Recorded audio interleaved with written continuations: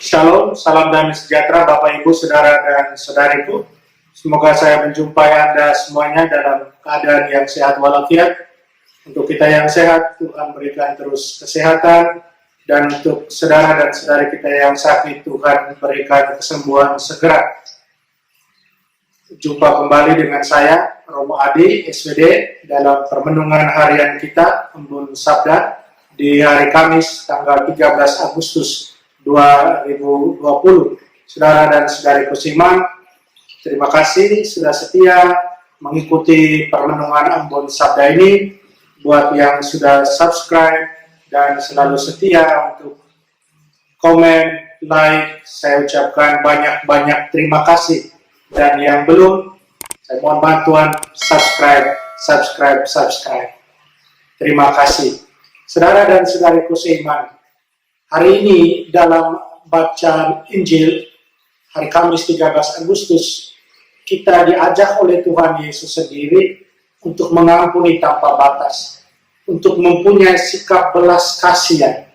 Dan karena sikap belas kasihan itulah yang kemudian menghantar kita untuk mengampuni tanpa batas. Saudara dan saudariku seiman, berbicara soal belas kasihan, mengampuni tanpa batas bahkan bukan perkara yang mudah. Kita tahu dari pengalaman hidup kita, tidak mudah untuk mengampuni orang yang bersalah kepada kita, orang yang berbuat jahat kepada kita, orang yang menyakiti hati kita. Tidak mudah untuk mengampuni orang yang demikian. Tapi Tuhan Yesus minta kita sebagai orang yang mengikuti Dia untuk berjuang, berusaha mengampuni orang tanpa batas. Dalam bacaan Injil hari ini, saudara dan saudariku, kita akan dengar bagaimana Yesus merespon terhadap pertanyaan Petrus sekaligus jawabannya. Petrus bertanya, berapa kali kita harus mengampuni orang? Sampai 7 kali kan? Yesus kemudian merespons ini dengan menjawab 70 kali 7 kali. Itu berarti tanpa batas. Yesus kemudian menguatkan pernyataannya ini, penegasannya ini, dengan satu perumpamaan tentang kerajaan surga, tentang seorang raja yang membuat perhitungan dengan hamba-hambanya. Dan dia mengampuni seorang hambanya yang berhutang sangat amat banyak, yang tidak mungkin bisa dilunasi. Tapi dia ampuni, dia bebaskan segala hutang dari si hamba ini.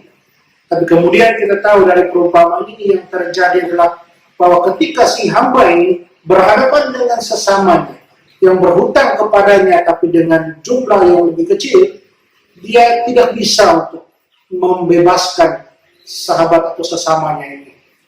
Saudara dan saudari, kita tahu kita juga punya hutang yang luar biasa dengan Tuhan. Tuhan bebaskan hutang kita itu, hutang dosa kita itu yang tak terbayarkan itu dengan kematian putranya yang tunggal di atas kayu salib. Dia mengampuni kita tanpa batas, membebaskan hutang dosa kita. Dia sudah tunjukkan teladan itu dan dia minta kita juga untuk berbuat yang sama. Saudara dan saudariku seiman, memang bukan perkara mudah, tidak gampang untuk berbuat itu. Kita tahu.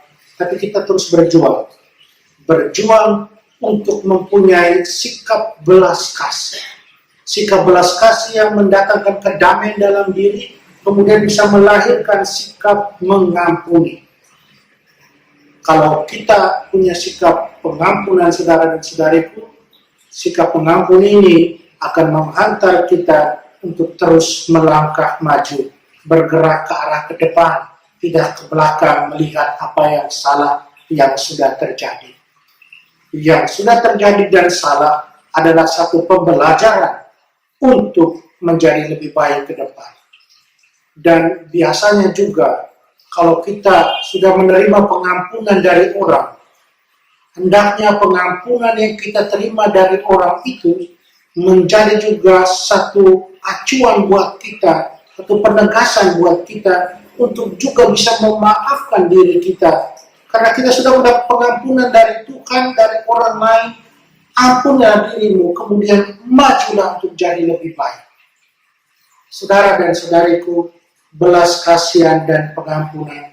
Tuhan Yesus minta kita agar kita boleh terus berjuang menjadi orang-orang yang mempunyai sikap belas kasih dan sikap mengampuni. Mari kita berjuang terus. Kita berdoa. Allah Bapa dalam surga, terima kasih atas rahmat kasih dan cinta. Engkau sudah mengampuni kami tanpa batas. Dengan setiap saat mengampuni kami dengan korban putramu di atas kayu salib. Kau hapus semua dosa-dosa kami. Hutang dosa kami kau bebaskan. Ya Tuhan, bantulah kami juga untuk bisa memiliki sikap belas kasih, untuk bisa memiliki sikap mengampuni tanpa batas, 70 kali 7 kali, seperti yang Engkau sabdakan lewat putramu dalam Injil yang kami dengarkan hari ini. Tuhan, bimbinglah kami, tuntunlah kami.